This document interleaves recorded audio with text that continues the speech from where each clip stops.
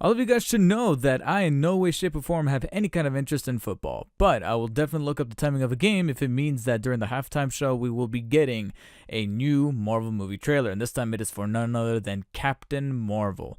Unfortunately, it's not exactly the Captain we want updates on, but at least it's one that's going to be an origin story. It takes place in the 90s, and it's going to give a whole new meaning as to why it is that we're relying on this character to bring it all home in Avengers 4.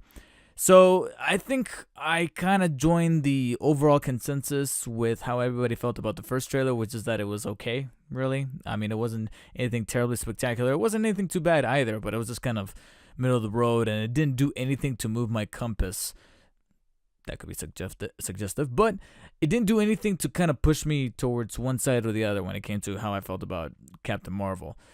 I'm hearing some early good things about this second trailer, though, so let's take a look. It is a little shorter than your traditional second trailer, so that's kind of interesting. But without further ado, let's watch. Let's hope that she gets to punch more old ladies. That's one of my standards. If there's no more of that, I'm going to be immensely disappointed. Let's check it out. So, Skrulls are the bad guys. Oh, there she is. Okay. Damn. That's some demonic shit. And everyone's like, whoa. Race of noble warriors. Heroes. Noble warrior heroes. Her voice still sounds a little weird, but whatever. Lower a little bit. You can start hearing an echo. Your life began the day it nearly ended. We found Blue you. blood. What's with the blue no blood? memory. We made you one of us. So you could live longer, stronger, superior. Alright, that looks cool. Reborn. I keep having these. So I wonder, did they do to her what they kind of did to Coulson in Agents of S.H.I.E.L.D.? That'd be a pretty deal. Pretty cool. I don't know what I said there. You know how to fly this thing? We'll see. That's a yes or no question. Yes.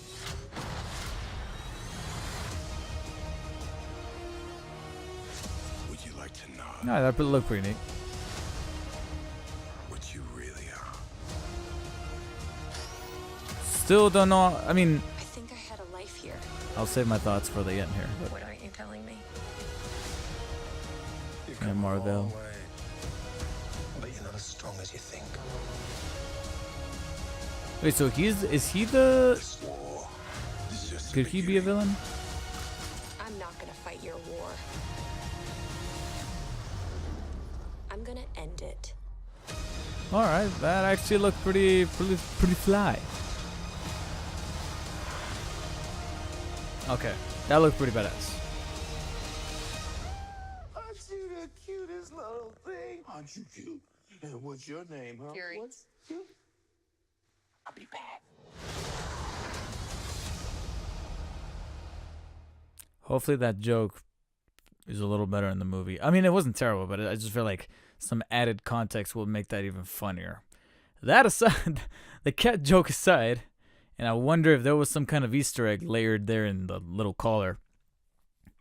Better trailer. Definitely a better trailer. Still, and I might be in the minority here, but it still feels like they took some TV spots and mashed them to make a 2-minute trailer. But at least the actual footage and the things they went with looks pretty badass. It really is. It looks pretty neat, especially that ending shot there where you see her twirling and then she kind of has like the Super Saiyan thing going. That's actually very Captain Marvel with her hair just kind of floating and the eyes like that. That actually looks awesome from a visual standpoint. What I wish it would have done a little better in the second trailer is that we're not seeing a lot of dialogue with characters. Certain characters, I'm glad that certain characters are being withheld. What's his face? Lee Pace as Ronan the Accuser, which apparently at this point he wasn't really accusing. It's cool that you see hints of him, but you don't actually see him. And I'm like, okay, yeah, save that for the movie. Would kind of like to know just a little bit more on Marvel and who's she fighting. I mean, we know that she's fighting the Skrulls. And what I was gonna mention in the trailer is that the scrolls are a pretty neat concept, not knowing who's who. In fact, from what I remember some comic story arcs being great because they had some twists that have to do with the scrolls, where a particular hero you thought was cool was actually a scroll, and you're like, no, everything I knew was a lie. Those are always the best moments, and it would be awesome if they kind of tailored something like that into the MCU with either Captain Marvel or even with Avengers 4. That'd be dope. But in terms of who's the main antagonist here, I think it could go one of both ways. It could be the Skrulls, which could ultimately end up sucking outside of the concept of not knowing who's a Skrull and who's not, which to me is cool. The actual Skrulls themselves, though, when they're like in their natural form, they got the green and they got their blasters or whatever, they're not doing it for me. They are not doing it for me. And the fact that we are here on the second trailer, 3 months away from the release of the film, and we still don't have a very cool, a very satisfying grasp on these Skrulls. It's like, especially the one played by Ben Mendelsohn, he's gonna be like the leader or something. Don't know much about him. Don't see him at all. And that just kind of fuels my expectations of him being just another throwaway villain. A very Phase 1 Marvel villain, and that's a shame, considering how far we've come at this point in the MCU. Now, here's the thing. I said it could go either way. It could go be him, or it could be Mar-Vell, played by Jude Law, who we saw a little bit more. He's not just staring into space. He had a couple of speaking lines, and I'm interested. Still feel like they could have shown a bit more of him, but at least they did him a little better justice than it was in the first trailer, and more so than even the Skrulls. And then we get down to our main heroine here, who her whole theory and how I have these theories about where she comes from. Excuse me. Where she comes from and why exactly she has blue blood inside of her. Like I said, it would be neat if they tie that into the whole Agents of S.H.I.E.L.D. storyline as to why we got Coulson back in the first place after his supposed death in Avengers. But in terms of her personality, I'm still not seeing anything too different than the stoic Captain Marvel. Now, I'm not saying that she has to smile more, because apparently there's like a huge debacle going on right now that she should smile more in the posters. Not so much in the posters. I'm just hoping that there's going to be something in the movie that we're not seeing too much in the trailers of her personality being a very winning one. Just like with the guys, and the girls. I mean, I remember there's some female characters in Black Panther who won me over with their personality. Almost every female character in Black Panther.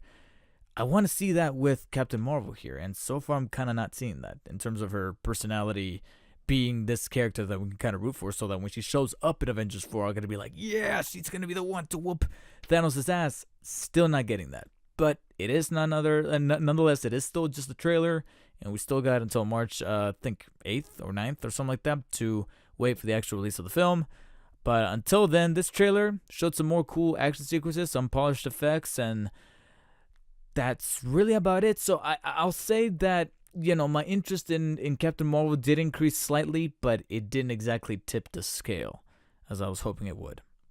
All right. So that does it for me. Please let me know you guys' thoughts and feelings on the new Captain Marvel trailer in the comments below. What are your guys' speculations about the film? What do you expect to come out of the movie and how it's going to play in the MCU? And did this trailer do anything for you at all? Whether it be on the positive or the negative side. Please let me know. Make sure you like and share. Don't forget to subscribe for more reviews, possible reactions, and other fun jazz. Until next time, guys, I'll see you later. I guess this is really how the suit kind of looks here on camera. I'm actually rather surprised that my scissor boom stand for my mic was able to extend this far up. So hopefully I'm coming across fairly clearly into the mic. But this is the Zentai 7 Plus Lycra unisexual suit in action on my body. And it feels really hot and really sweaty.